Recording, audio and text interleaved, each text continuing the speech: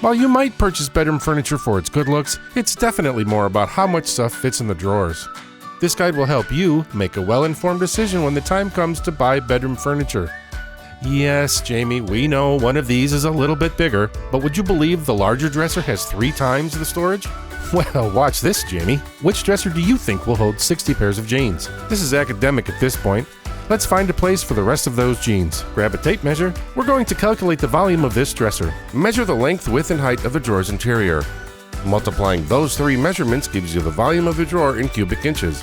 Do this for the rest of the drawers and add them up. This final calculation gives you the total storage capacity of the dresser. Take notice of the height of the drawer sides in relation to the front. These are some tricks manufacturers make to reduce costs. This trickery reduces a drawer's storage capacity. Hey, whoa, slow your roll, Jamie. We know you're excited to put your new knowledge to work, but we have a few more tips for you. Full extension ball bearing slides make getting to the back of the drawer a breeze.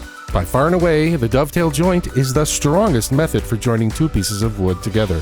Quality manufacturers will line the top drawer with velvet, keeping delicate items safe. Versatile modular storage panels for organized storage. This nightstand has convenient power outlets. Oh, Jamie, with all that new knowledge, it looks like you found what you were looking for.